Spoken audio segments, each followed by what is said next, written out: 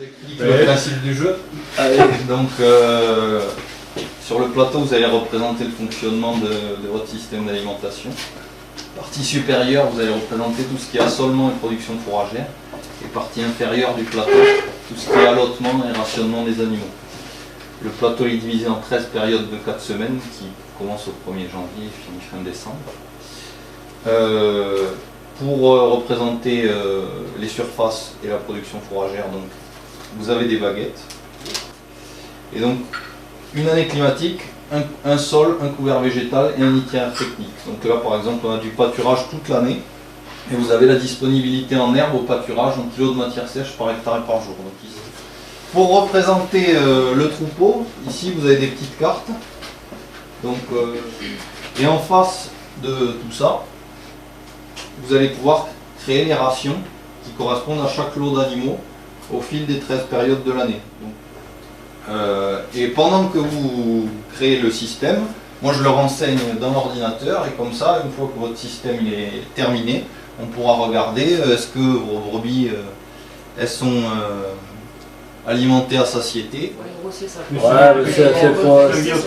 Non mais je suis pas d'accord moi, parce que quand j'ai un bon foin de première, pour moi c'est le meilleur et c'est là que je vais le donner en début. Si j'ai rentré un peu de très bon foin de première en début de traite, c'est ça qu'elles vont manger.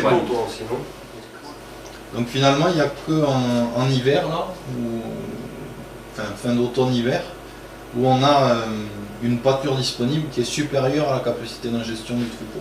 Et puis quelques périodes comme ici où on est à peu près... C'est ça qui me dit fou. Ah oui, le foin, mais le foin de foin en fait il se justifie.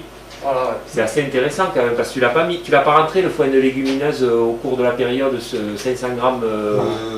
Donc ça c'est pour les brebis adultes. Pour les antenaises, par contre... on ira voir la production que tu as retenue quand même. C'est pas la en fait, même ça s'appuie sur des données Unotech.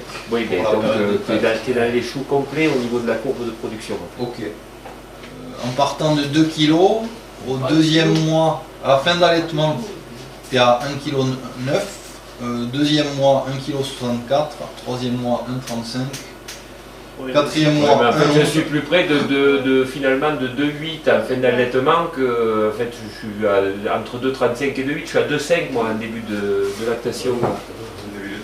Donc du coup, tu veux qu'on fasse la simulation avec le 3 kg? C'est juste comme ça, oui. Ok. Et donc ça ferait 7396 € de coût concentré. Et le coût de la paille, on n'a pas discuté, mais j'aurais pu rentrer le type de logement des animaux, mais on va en faire abstraction. C'est un peu dommage de mettre dans la même colonne le coût de production et le coût d'achat. Parce que ce qui nous intéresse, c'est d'être autonome. Il faudrait séparer les deux pour voir.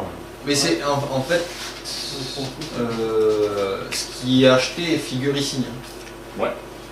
Oui, mais au final, tu veux dire, moi, le coût d'Alim à 16 000 €, j'en ai rien à secouer. Ce qui m'intéresse, c'est comment je fais pour diminuer l'achat de grossier, puisque à un moment donné, il en manque. Voilà. Maintenant, soit vous pouvez choisir de tester les adaptations sur l'année 2008. Ah ouais. Modifier les choses. Soit l'autre option, on passe sur 2009, 2011 ou 2012 pour voir finalement ce système-là, comment il se comporterait sur une année climatique différente. C'est où l'usine d'acryl?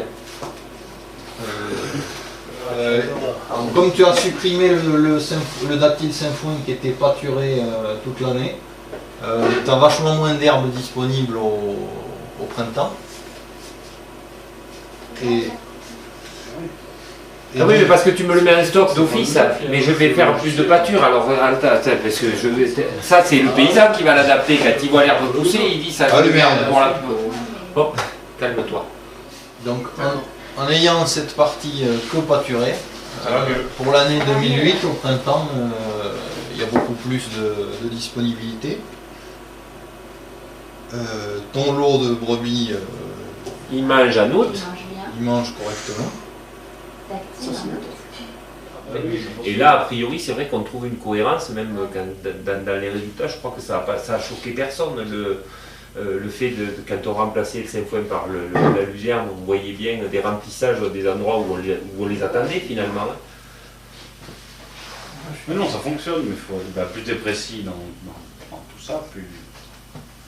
En fait, il faudrait faire de la collecte de données chez le groupe pendant plusieurs années pour arriver à... Après, ça peut se simuler. Moi, j'ai fait que de la simulation. Non, mais c'est extraordinaire, les extrapolations des années là, et de voir comment on se retrouve. Nous, ce serait intéressant de savoir si, par exemple, diminuer de 50 €, ce que ça donnerait. Ah, tu vois, ça quand même. Mais oui. Ça, c'est trop tard.